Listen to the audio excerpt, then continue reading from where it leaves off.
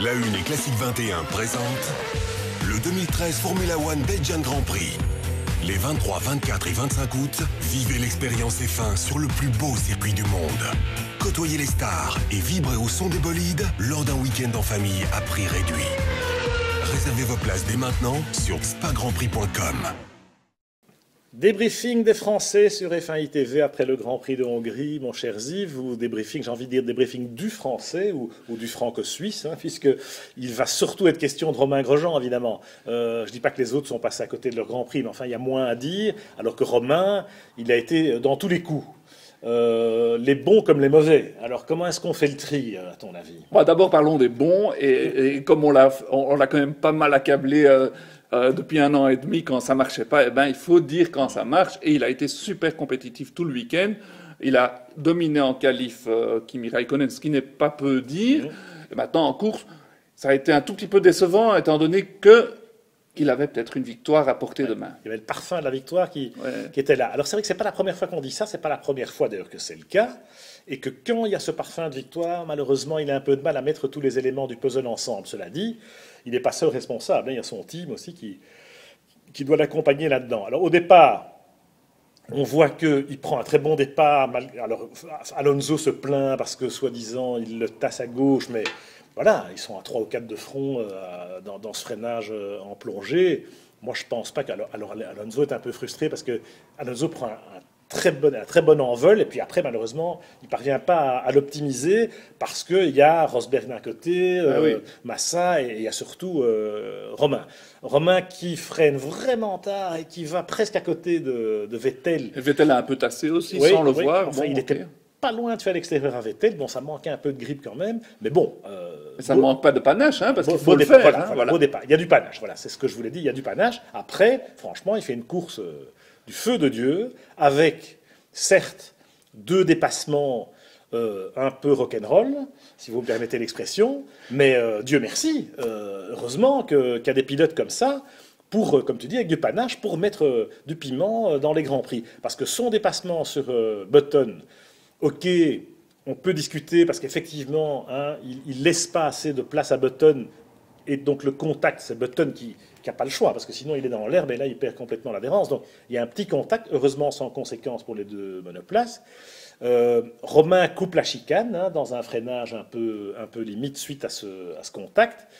Donc couper la chicane normalement, alors si le règlement dit que si on ne prend pas avantage, en gros qu'on ne gagne pas une position, ça n'est pas une pénalité. Finalement les commissaires lui mettent 20 secondes.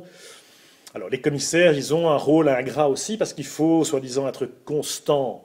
Oui, et puis il y a la lettre du règlement. Dans les punitions, par rapport à d'autres événements, on va en reparler à Spa, parce que la dernière chicane à Spa, il y a des mecs qui vont couper, on va se retrouver devant le même cas de figure, est-ce qu'on gagne un avantage ou pas, etc. C'est pas la première fois qu'on en parle. Je sais plus si c'est pas Kimi qui avait perdu une victoire ou récupéré une victoire il y a quelques années à ce sujet. Et puis surtout le dépassement sur Massa qui est magnifique, parce que oser l'extérieur à cet endroit-là, franchement, là les gars... C'est vrai. Moi, je trouve que ce dépassement sur Massa était fantastique et on en redemande. Et je trouve que il y avait Pacha à fouetter. Il a dépassé sans coup férir. Maintenant, s'il a dépassé de quelques centimètres le bord de la piste, moi, vraiment, je ne comprends pas. C'est vrai que il faut respecter aussi la décision des commissaires qui ont tous les éléments et nous, on ne les a pas. Par contre, dans l'accrochage avec Button, je trouve que aussi, il avait fait le plus dur, le dépassement était effectué, il n'y avait pas de raison de tasser Button, et là, il est allé à la faute, et si on le sanctionne, c'est pas pour le dépassement sur Massa. Moi, je trouve qu'il aurait pu donc être sanctionné sur le dépassement de Button, donc au final, il a été sanctionné, la morale sportive a été respectée, mais je trouve ça très dommage, parce que Romain est de nouveau passé à côté d'un tout gros résultat parce qu'il jouait en tout cas la 2e place et peut-être la victoire. Alors non, il a été pénalisé à double titre. Les 20 secondes pour Button. Alors c'est vrai que sur Button, on peut discuter le fait qu'il aurait dû laisser la place à Button. Maintenant, c'est vrai que la piste rétrécie à cet endroit-là, c'est pas évident dans le feu de l'action. Voilà. Sur le dépassement de Massa, franchement, moi je trouve que là les commissaires sont vraiment durs. Alors certes, il part dans les bas-côtés en vrac chercher du grip, mais parce qu'il est limite. Mais bon, quand Weber va au pâquerette là, en se faisant doubler par Hamilton, je crois, je ne sais plus, enfin peu importe. Je dis, là, il n'y a personne qui trouve hardi. Alors c'est vrai qu'emprunter les bas-côtés, c'est pas prévu par le règlement, mais là, il n'y a rien de volontaire. Et je trouve que si on commence à pénaliser un drive-through, c'est dur. Hein, Budapest à 80 à l'heure dans les stands. Non, c'est très dur. Nous, on veut on en redemande voilà, des dépassements pareils. Si on pénalise les pilotes pour des manœuvres un peu osées comme celle-là, bah alors on est reparti pour avoir des courses ennuyeuses, parce que quelque part, on émascule un peu le spectacle. Donc j'aimerais bien que la FIA, ou que les commissaires, ou que le GPDA, avec Charlie, enfin, qu'ils se mettent d'accord quand même sur... je trouvais ça très, très lourd comme sanction pour Romain. En plus, dans le Grand Prix, donc quelque part, ça a mis son Grand Prix en l'air. Il se retrouve derrière Alonso, et là, il est un peu les mains dans le dos.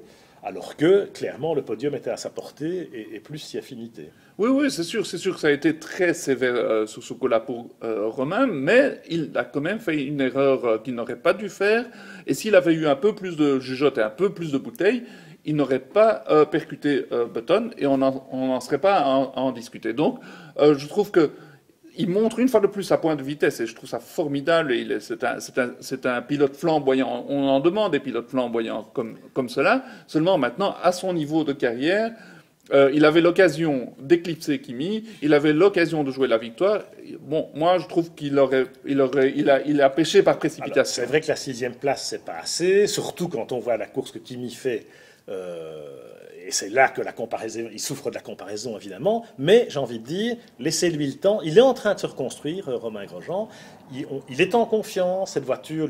Voilà, avec ces pneus-là, on sent qu'il est comme un poisson dans l'eau. Attendons Spa, Monza et voyons où il se situe. Raikkonen en face, c'est un très très gros client. Donc je crois qu'il faut se réjouir vraiment d'avoir un Français qui peut jouer la gagne ou viser le podium à la régulière sur des grands prix, et qu'il faut l'encourager maintenant que voilà, il est en train de plus ou moins mettre ces fameuses pièces du puzzle ensemble. Oui, tout à fait, parce que c'est vrai que ça a dû être très très dur de se reconstruire de la sorte. Pour l'instant, la sauce commence à prendre, donc ayons la patience et espérons que Spa, parce que là, effectivement, il a quelques souvenirs. Il a le plus gros strike de ces dernières années. Mais c'était son premier Grand Prix. Donc cette année, gageons qu'il va se refaire à Spa. Hein, c'est tout le mal qu'on lui souhaite. Il y a une grosse carte à jouer à Spa. C'est vrai que chaque Grand Prix est important et que bon, chez Lotus, il faut voir comment ça évolue aussi, parce que Kimi, qui est en partance pour Red Bull quand même, il ne faut pas trop se faire d'illusions. Donc chez Lotus, ils vont avoir besoin de Grosjean. Donc quelque part, je pense que ça peut aussi un peu l'aider. Voilà. Alors, on va rapidement expédier, pardonnez-nous, le cas des autres pilotes français, parce que dans la fournaise de la cuvette du Hungaroring, ils n'ont malheureusement pas pu tirer leur épingle du jeu. Jean-Éric Vergne en qualif, copieusement dominé par Ricciardo, une fois de plus. Alors bon, on sait que c'est pas sa spécialité. En Q2, lui-même, il reconnaît voilà, qu'il a pas réussi son tour, il s'est un peu loupé dans le deuxième secteur, il a surconduit dans le troisième. Enfin bon, c'est vrai qu'avec une seule chance, c'est pas évident, on n'a pas de droit à l'erreur, et que Jeff est encore un peu en période d'apprentissage. En course, franchement, il fait son boulot, mais la voiture n'est pas au niveau. Il termine devant Ricciardo, mais enfin c'est anecdotique parce qu'ils sont en stratégie différente. De toute façon, pour terminer 12e ou 13e, franchement, il n'y a pas de quoi fouetter un chat. Non, c'est vrai que ça n'a pas beaucoup d'importance. Ce qui est important, c'est qu'apparemment, Jeff a été rassuré sur son avenir. Je crois qu'il est assuré une 3e année chez les Toro Rosso. Une Toro Rosso dessinée par James Key, avec le soutien de la maison mère, avec Red Bull, avec le même moteur. Le moteur Renault, absolument. Tout ça, pour moi, c'est de bon augure. Ça lui donne une 3e année pour se faire, pour s'affirmer dans le peloton. J'avais une bonne réputation. Maintenant, une 3e année, c'est très bien. Espérons que ça se fasse. Il peut encore monter en puissance. On n'est jamais qu'à la moitié du championnat, rappelons-le. Et puis, Jeff a quand même fait 2 grands prix exceptionnels, Monaco et le Canada. Il est capable de le refaire. Simplement, ce qui manque actuellement, c'est la constance et un peu la performance en qualification. Mais laissez-lui un peu de temps. On sait que Jeff, c'est du lourd. Alors, on peut en dire autant de Charles Pic et de Jules Bianchi, même si eux, malheureusement, là, ils sont dans une situation actuellement où, voilà, ils peuvent juste se contenter de faire des kilomètres sans vraiment, comment dirais-je, prendre du plaisir. Non, et ça c'est vraiment un peu dommage parce que quand on voit les performances du début de saison de Jules Bianchi, c'était extraordinaire. On savait très bien qu'il fallait qu'il se mette en évidence les 3-4 premiers Grands Prix et qu'après Marussia allait sombrer. Et c'est ce qui se passe. Et maintenant, il peut juste battre Chilton, son coéquipier. C'est ce qu'il fait. Et espérons que les team managers ne l'auront pas oublié. Quant à Charles Pic aussi, hein, donc il fait son boulot. Là, Van der Garde apparemment était légèrement plus performant que lui. Et apparemment, Van der Garde, il marche bien sur les circuits sinueux parce qu'il avait bien marché à Monaco. Enfin bon, c'est la seule chose qu'il y a à dire. Van der Garde est rookie, il commence à prendre de l'expérience aussi. Il est assez agressif et assez opportuniste au départ. On a souvent vu réussir des bons départs, des bons premiers segments de course. Il a du mal à mettre 3 segments d'affilée. Bon, là, il a bénéficié d'une stratégie un peu différente que celle de Charles. À la régulière, je pense que Charles était plus vite que lui. Enfin, c'est la moindre des choses, parce que franchement, ça, c'est un must. On sent aussi dans le chef de Charles un peu de lassitude. Hein, il a eu une déclaration par rapport à Caterham en disant oui, 2014, on verra, l'avenir, ça dépend s'il y a d'autres opportunités, etc. Je sens pas ça comme un très bon signal. Mais bon, on peut comprendre hein, le fait que Caterham ne progresse pas et clairement fait une croix sur cette saison-ci. Pour les pilotes qui doivent porter le sac au dos encore sur 9 Grands Prix, c'est dur à vivre. Oui, tout à fait. C'est vrai qu'on peut avoir une lassitude. Il a raison d'être lassé parce qu'il est tombé chez Caterham.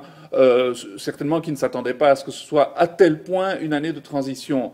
Et en plus, bon, il se permet comme jeune pilote de faire ce genre de déclaration, sachant très bien que le soutien de Lagardère est indéfectible, probablement qu'il a eu des assurances à ce niveau-là, et donc il se permet de dire, écoutez, les gars, si les performances s'améliorent pas rapidement, bon, moi, je peux aller voir avec mes euros, voir ailleurs, je peux aller voir ailleurs, éventuellement. Voilà, ça reste à prouver, on n'en est pas là de toute façon, une fois de plus, on n'est jamais qu'à mi-saison, et on va d'ailleurs se retrouver tout au long des 2 semaines du mois d'août, les 2 premières semaines du mois d'août, eh bien, pour parler effectivement de ce bilan à mi-saison, écurie par écurie, comme on l'avait fait l'an passé sur FAI TV.